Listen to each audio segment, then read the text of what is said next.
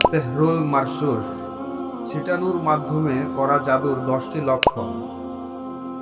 1. ঘুম থেকে উঠে তীব্র ভয় পাওয়া বা দুঃস্বপ্ন দেখা। 2. শরীরের নির্দিষ্ট স্থানে বিশেষ করে পিঠ, ঘাড় অথবা পায়ের তালু হঠাৎ তীব্র ব্যথা অনুভব হওয়া। 3. ঘরের ভেতরে বা নির্দিষ্ট স্থানে গেলেই মাথা ব্যথা, বমি ভাব বা অস্থিরতা অনুভব করা। 4. ঘরে পচা বা অদ্ভুত গন্ধ থাকা যা অন্য কেউ টের নাও পেতে পারে। 5. হঠাৎ ঘরে পিঁপড়া, তেলাপোকা, টিকটিকির মতো পোকামাকড়ের উপদ্রব বেড়ে যাওয়া। 6. নির্দিষ্ট জায়গায় সবসময় পানি জমে থাকা বা ভেজা অনুভব করা। 7. হঠাৎ রাগ, দুঃখ, ভয়, অস্থিরতা বা কান্না আসা বিশেষ কারণ ছাড়াই।